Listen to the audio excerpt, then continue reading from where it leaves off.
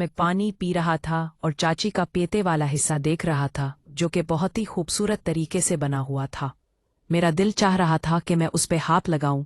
इतने में मेरी चाची एकदम पीछे मुड़ी। उसने मुझे नोट कर लिया। क्या कामरान, क्या देख रहे हो? मैंने कहा कुछ नहीं चाची, बस बहुत ही खूबसूरत ख्याल मेरे जहन में है रहा था, बस इसी के बारे में सोच रहा था। उसने कहा जो ख्याल तुम्हारे जहन में चल रहा था मैं समझ रही हूँ। मैंने कहा क्या मतलब, आप क्या मुझी? उसने कहा कि मुझे लगता है कामरान अब तुम बड़े हो गए हो। अगर मेरी बात तुम्हारी अम्मी से हुई तो मैं उन्हें कहूँ कि अब कामरान के शादी करवा दूँ। अगर उनको दुल्हन नहीं मिलती तो मुझे बता दो, मैं ही कोई दुल्हन ढूंढ दूंगी। मैंने कहा नहीं चाची, ऐसी कोई बात नहीं है। अभी मेरी शादी की उम्र नहीं है। अभी मैंने जिंदगी में देखा ही क्या है। अभी मैं अपने जिंदगी को एंजॉय करना चाहता हूँ, इसके बाद देख लेंगे। मेरी चाची ने कहा असल एंजॉय तो शादी के बाद होता है। अभी क्या रखा है, घूमो पियो खाओ, एंजॉय मेन नहीं होती। मैंने कहा चाचा जी शादी में क्या वाकई इतना सुकून है? इसने कहा कि अभी तुमने वो सुकून हासिल नहीं किया और तुम्हें इस सुकून के बारे में नहीं पता है। जब मैं इस सुकून की लत लगेगी फिर तुम्हें रात रात भर नींद भी नहीं आएगी।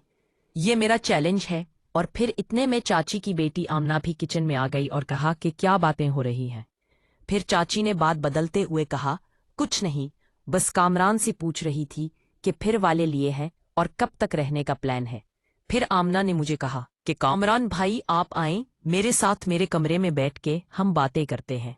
अम्मी जब तक खाना बनाती है फिर हम खाना खाएंगे। तो फिर मैं आमना के साथ हूँ उसके कमरे में आ गया। आमना का कमरा अलग बना हुआ था पर आमना उस मरे में रात को अपनी सूली थे। इसमें एक बहुत खूबसूरत बैग बिछा हुआ था और बहुत सारे टेड्डी बेयर वगैरह पड़े हुए थे। मैंने कहा आमना तुम्हारा कमरा तो बहुत खूबसूरत है। उसने कहा कामरान भाई कमरा खूबसूरत होना कौन सी बड़ी बात है, असल सुकून तो किसी और चीज में है। मुझे चाचू के घर वाले सारी अफरादी आशिक मिजाज लगते थे। मेरा चाचू मेरी अम्मी के साथ, मेरा कजन आसिफ मेरी बहन के साथ। अब चाची भी मुझसे ऐसे गुफ्तगू कर रही थी जैसे मैं उनके इशारे समझ रहा था और आमना भी मुझे उसी मिजाज की लग रही थे। लेकिन मैं अभी मुझ में पाया था कि आमना क्या कहना चाहती है। मैंने कहा आमना तुम मुझे खुल के बताओ, मुझसे शर्माने की जरूरत नहीं है।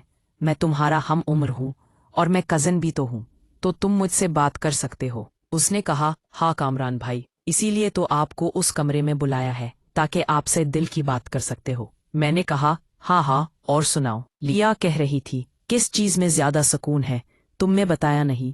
उसने कहा कामरान भाई इस घर में अकेली रह रहकर मैं तंग आ गई हूँ। आसिफ भी बाहर की लड़कियों में मुंह मारता फरता है और मेरा अब्बू भी ऐसे ही है, मेरी अम्मी पर तवज्जो नहीं देता। और हाँ कामरान भाई, जो मैं आपको बता रही हूँ प्लीज बाहर किसी को मत बताइएगा। मैंने कहा आमना तुम मुझे अपना दोस्त समझो, ऐसी कोई बात नहीं है। तुम जो कहना चाहती है खुल के कहो। और हर बंदे की पर्सनल लाइफ होती है, उसमें कोई बड़ी बात नहीं। मेरी भी कुछ पर्सनल लाइफ है, तुम्हारी भी हुई।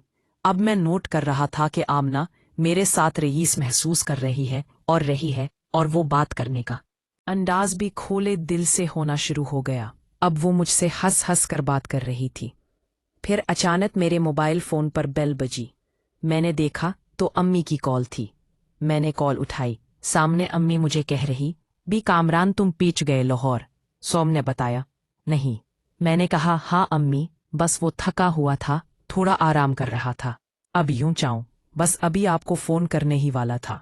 फिर अम्मी ने पूछा सुनाए घर में कैसा माहौल है, अब्बू कैसे हैं? और छोटी और बनी लेसी है। और तुम बताओ? मेरी अम्मी ने कहा कामरान तुम्हारे बगैर दिल ही में लग रहा। तुम्हारे अब्बू वैसे ही परेशान हैं, घर का माहौल बोर हो गया है। अब मैं बहुत बोर हो रही थी। तुम कब वापस आ रहे हो? प्लीज जल्दी आ जाओ। मैं अम्मी को क्या बोलता कि मैं यहाँ किस काम से आया था, और जब तक मेरा वो काम नहीं होता मैं तो कराची हरगिज जाने वाला नहीं था। मैंने कहा अम्मी आप परेशान ना हो, मैं जल्दी आ जाऊंगा, बस कल अपने दोस्त के पास जाऊंगा, नौकरी का पता करना है। जो भी अपडेट होगी मैं आपको बताऊंगा। फिर मैंने फोन काट दिया। आमना ने कहा कामरान भाई क्या आप यहाँ नौकरी करने आए हैं? मैंने उससे कहा ऐसे ही समझ लो। आमना उसने कहा कामरान भाई कराची इतना बड़ा शहर है, आपको वहां नौकरी नहीं मिली? चलो नौकरी नहीं मिली तो लड़की तो मिली। अब वो मेरे साथ मजाक के मूड में थे। मैंने कहा कहाँ, अभी तक ना लड़की मिली ना ही नौकरी। अभी तक तो मुझे ऐसा लगता है कि मैं पैदा ही नहीं हुआ। लड़की का बंदोबस्त तो कर ही दूंगी, नौकरी का कुछ भी नहीं कर सकती। ये तो हर घर का मसला है। मेरे आसफ भाई भी कितनी अरसे से बैठा हुआ है, हालांकि मेरे अब्बू के इतने ताल्लुकात हैं, लेकिन फिर भी पाकिस्तान में नौकर में कहाँ रह गई हैं। मैंने कहा क्या मतलब? आमना लड़की तुम्हारी कोई दोस्त है क्या? उसने कहा दोस्त तो बहुत है, तुम्हें मिस लड़की पसंद है, मुझे बताओ, फिर मैं तुम्हारी लिए बंदोबस्त करती हूँ। मैं दोस्त हूं ना तुम्हारी, अब तुम्हारा ख्याल दो रखना पड़ेगा। मैंने कहा आमना बस तुम्हारी जैसी है, मुझे तुम्हारी जैसी लड़कियां बहुत पसंद हैं। अब वो शर्मा रही थी। मैं दिल में खुश हो रहा था कि शायद आमना मेरी बातों से इम्प्रेस हो रही है। फिर मैंने कहा आमना तुम बताओ तुम्हारा कोई बॉयफ्रेंड है? उसने कहा कामरान भाई आपसे क्या छुपाना, आप तो दोस्त बन गए हैं। एक बॉयफ्रेंड नहीं, चार चार हुई फ्रेंड्स थे, और फॉर्मल तो कोई एक भी नहीं है। मैंने सबको छोड़ दिया है, सब मतलब। मैंने कहा ये तुम क्या कह रही हो, तुम मजाक कर रही हो क्या? और चार बोली फ्रेंड उसका क्या मतलब, क्या कहना चाहती हो? फिर इतने में मेरे फोन की बेल दोबारा बजी। मैंने देखा तो वो दुआ का मैसेज था।